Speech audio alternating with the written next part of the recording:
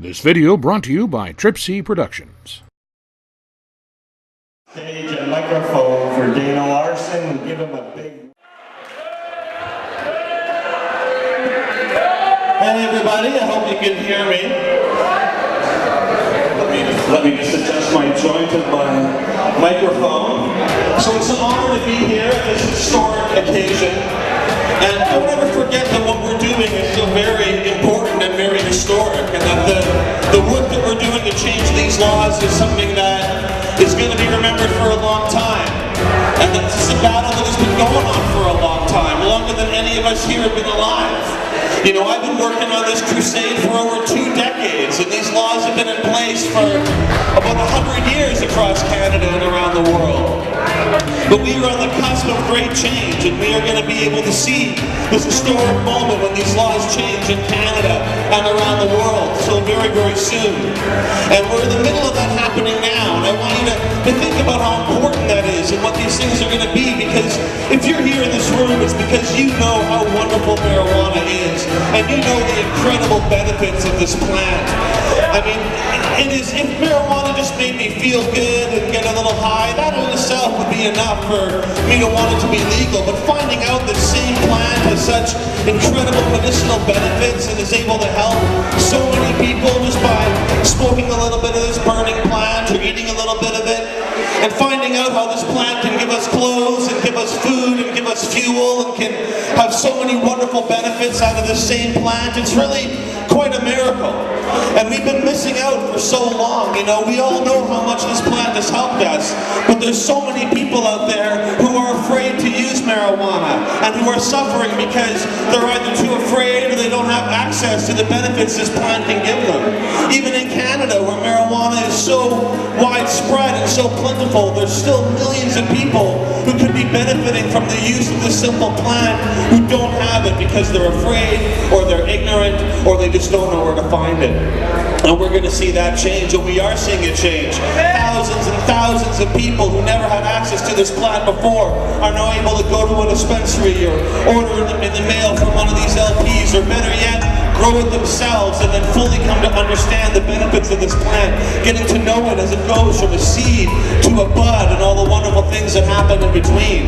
And you know, I've met so many people who have been transformed by growing marijuana, and by the act of growing this plant have seen their whole lives changed in so many positive and wonderful ways. And that, of course, is one part of the work that we're trying to make happen here tonight, is to preserve that right for at least the sick people who need to be able to grow their own pot to be able to do so. But for me, it's a much greater battle than that. It's about all Canadians and every single person on this planet of ours being able to grow cannabis and any other plant that they want, medicinal or otherwise, in their own garden for themselves or to share with their friends. And that is the future we are working for, the historic, transformative change that we are making. And there may only be a few of us here in this room tonight, although actually pretty darn full, I'd say, so congratulations. But you know, it doesn't take a lot of people to make change happen, and I've seen this movement grow from some very few people, from a very small handful of people in Canada and around the world, to a mighty movement that is so powerful and so about to make such big change happen. A movement that is educated and changed things in Vancouver, British Columbia, in Canada, in the US, every country on earth is seeing this change happen. This is a global conflict, a global change that is happening. And this war on marijuana and the other sacred plants, it has gone on for far too long. And we are going to end that war in our lifetimes. And isn't that wonderful that we get to be alive and get to be around, to be part of this miraculous change, to be part of this wonderful movement that is moving all over our planet, and to be able to tell our kids and grandkids, hey, you know what? I was part of that thing. I was part of that incredible movement. I gave and sacrificed and worked hard to make that, so that you and your kids would never have to know about prohibition other than reading it in your history books.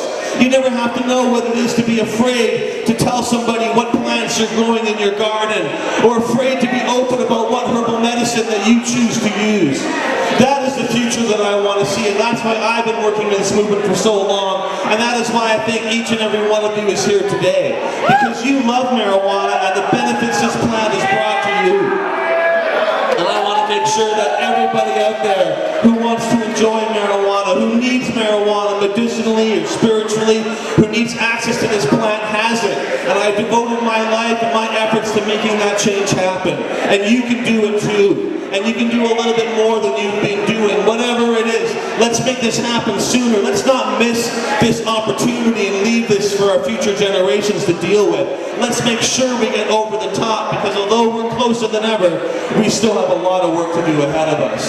So I'm charging each one of you to get involved and do a little bit more, to come down to our Sensible BC office or look us up online and get involved in our campaign, to give an extra 10 or 20 bucks to the Coalition Against Repeal so they have the money they need to make that happen. And just to talk about it, talk this up, talk to your friends, talk to your family, talk to your strangers, talk about marijuana, educate people, and make those bigots who hate us, make them feel uncomfortable. Shame those bigots who think that they have the right to tell you what plant you can use and what medicine you can use. You know, when we ran our Sensible BC campaign and our thousands of volunteers who are out there collecting signatures, they got a lot of support.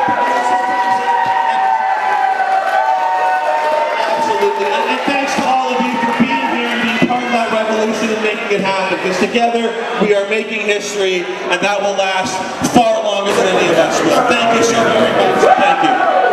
Once again, for your listening pleasure, the Dusty Aces. Welcome them to the stage, everybody. Come on.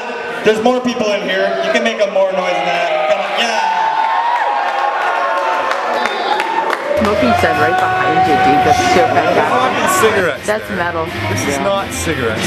They fought long and hard to get those signs in place, you know, because the world I come from, people smoke everywhere all the time. Not only was there not a sign where I come from that said no smoking within so many meters of a door, there was smoking inside the door. It didn't matter if you were in a banquet hall or a doctor's office or waiting for a plane, you were smoking. In a restaurant, you were smoking everywhere. So no smoking signs is foreign to my past, and it's not about this, it's about cigarettes. And they fought hard to get that. It took a lot of science to say that cigarettes are poison, they're deadly, and even the secondhand smoke can be harmful to people. But that's not cannabis they're talking about. They would have never won that battle with cannabis. The only thing they'd win with cannabis is Mr. and Mrs. Jones over here really don't want to feel very high today. They'd rather feel low today. So please don't impose your highness upon them, your highness. But really,